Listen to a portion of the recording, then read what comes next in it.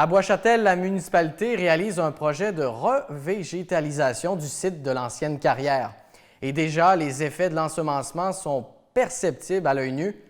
La nature qui commence progressivement à reprendre sa place, nous explique le maire de la municipalité de Bois-Châtel, M. Benoît Bouchard. En début de mandat, nous avions évalué le territoire de Bois-Châtel et la cicatrice de la brique Stadel nous revenait toujours en disant qu'il fallait revégétaliser le territoire. Donc, l'idée a cheminé, puis un matin, avec l'aide de l'Université Laval, qui était venue faire des tests sur le sol pour élaborer un plan. Donc, nous avons commencé avec eux et ensuite, on est allé avec une idée d'ensemencement hydraulique. Par contre, il fallait quand même être capable de vraiment trouver quelqu'un qui pouvait nous trouver une solution où ça pourrait pousser, parce qu'il ne faut pas oublier quand même que c'est une carrière de pierre. Donc, de fil en aiguille, une recette nous a été proposée pour ensemencer. Et l'an dernier, on a commencé par la première phase qui est ici derrière moi, et c'est difficile à croire, mais en juillet l'an dernier, on était sur le caillou ici. Maintenant, on est rendu avec de la végétalisation. Donc, ça a continué à pousser, et cette année, nous sommes allés avec la phase numéro 2, qui était un peu plus haute, et voir le résultat que ça allait donner. Et là, on est rendu à environ 60 de la surface de couverte. Donc, on en est satisfait. Et avec tout ça, les sédiments sont arrêtés, donc moins d'irrigation, moins de déplacement de sédiments qui vont vers le sud en bas. Donc, pour nous, c'est vraiment une victoire sur toute la ligne. Et lorsque ce sera terminé, on pourra voir d'autres choses à ce moment-là. Justement, est-ce qu'il y a un potentiel pour développer davantage ce secteur-là? Écoutez, c'est sûr que pour développer, ça prend des sous. Et pour des sous, il faudra trouver des subventions à quelques endroits.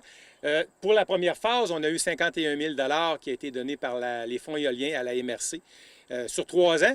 Et nous, on a fait le projet sur 1 an seulement. Donc, la Ville a acheté 20 000 un 10 000 en argent et un 10 000 en temps de la part des employés. Par contre, on ne peut pas aller trop loin non plus pour le projet ou l'avenir de la cicatrice.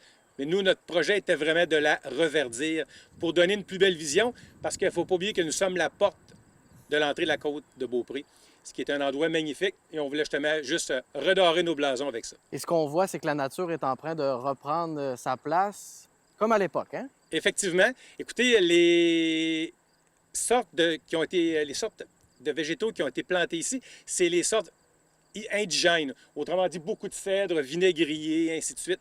Donc, c'est ce qui fait que ça reprend sa place. Et je crois que c'est pour ça que ça peut pousser avec une si grosse facilité, parce que les arbres étaient des pouces et maintenant, ils sont rendus à 8 pieds de haut passés. Donc, c'est quand même impressionnant là, le court temps que ça a pris. Puis pour le conseil municipal, est-ce que c'est un projet qui a quand même représenté un important défi en soi, là? Écoutez, oui, c'est un défi, parce que qui pouvait penser qu'on pouvait revégétaliser le secteur? Juste le fait de penser que c'était de la pierre, écoutez, pour nous, c'est vraiment une victoire sur toute la ligne. Et là, ce qui s'en vient, c'est la deuxième phase. Pouvez-vous élaborer un petit peu là-dessus, là, sur Oui. l'ensemencement qui va être réalisé tout juste derrière nous, là? C'est en plein ça. L'an prochain, selon nos experts qui ont été sur le site, on essaye de rejoindre le cap en haut par certains endroits.